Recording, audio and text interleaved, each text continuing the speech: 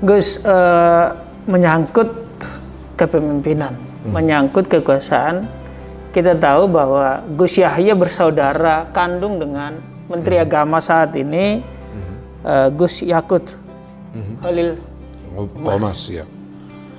Apakah Gus Yahya tidak merasa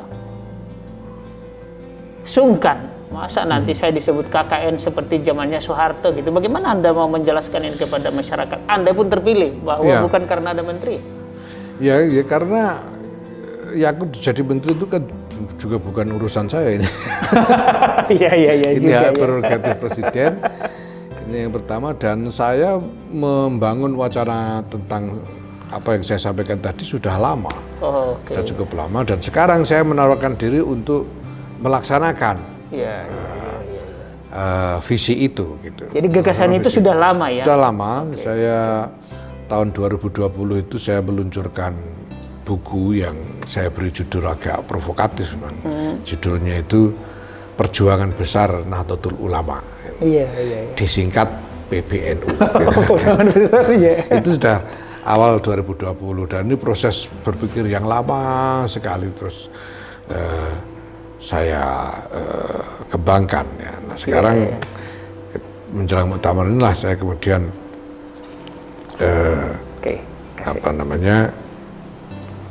menawarkan diri. Saya terbuka menawarkan diri saya untuk menjalankan visi tadi. Tapi Gus Yahya tidak akan menggunakan privilege, menggunakan fasilitas dan jaringan Menteri Agama ya? Begini ya. Atau justru jaringan Gus Yahya yang lebih luas dari Menteri Agama? Begini, ada banyak pengurus NU yang memang ASN Kemenang. Itu ada cukup banyak. Ya. Nah, tetapi ya saya memang tidak mau. Buat saya ini bukan soal dipilih menjadi ketua umum ya. Tapi saya ingin mengajak membangun konsensus bersama dengan cabang-cabang dan wilayah-wilayah ini. Itu sebabnya memang saya forsir untuk ketemu dengan mereka secara langsung.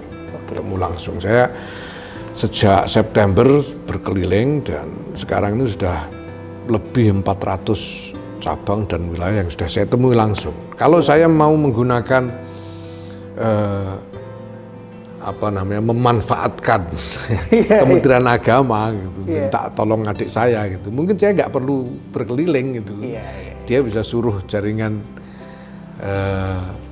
pegawai-pegawai Kemenak, apalagi yang memang menjadi pengurus pegawai Kemenak menjadi pengurus.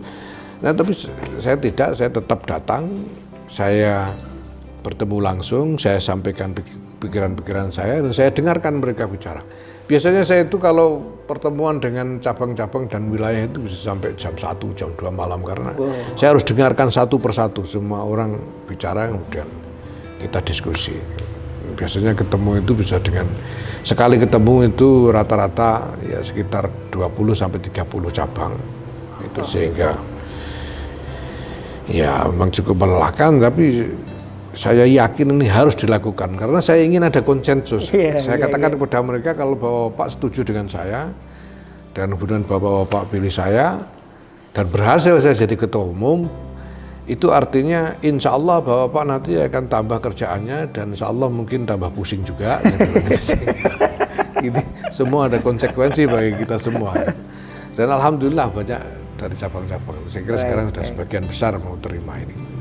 Gus tadi disebut dari roadshow lah ya, berjumpa lah ya, itu sudah 400-an, padahal pemilih nanti 540-an. Berarti sudah lebih dari 80% dong. Yakin jadi ketua umum? Ya yakin insya Allah ya, yakin. Tapi pertama ya, soal begini ini kan soal kehendak Allah. Itu yang pertama. Nah, tapi lebih dari semua itu, buat saya ini yang sekarang ini saya sudah membuat prestasi. Terpilih atau tidak terpilih, saya sudah membuat prestasi karena saya berani katakan bahwa saya berhasil mentransformasikan cara pandang cabang-cabang dan wilayah ini tentang jabatan ketua umum.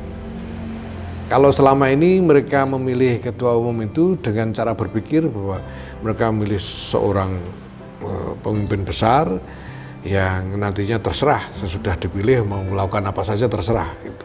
Pokoknya sudah jadi pemimpin itu. Ibarat kata orang membeli kucing dalam karung. Bukan kucing dalam karung ya, juga. bukan kucing dalam karung, tapi seperti mendaulat raja gitulah, kira-kira gitu. Seperti mendaulat seorang raja. Nah sekarang enggak, sekarang mereka bukan hanya dalam formalitas, tapi juga secara aktual mereka sudah berpikir tentang jabatan ketua umum dan kepengurusan PBNU pada umumnya ini terkait dengan pekerjaan. Karena itu saya sampaikan dengan mereka dalam dialog-dialog itu bahwa saya menawarkan diri ini terkait dengan pekerjaan. Jadi kalau mereka pilih saya untuk mengerjakan hal yang lain, saya tidak mau. Baik. Saya menawarkan diri untuk pekerjaan ini, gitu, yaitu pekerjaan yang tadi saya sampaikan itu mentransformasikan konstruksi organisasi.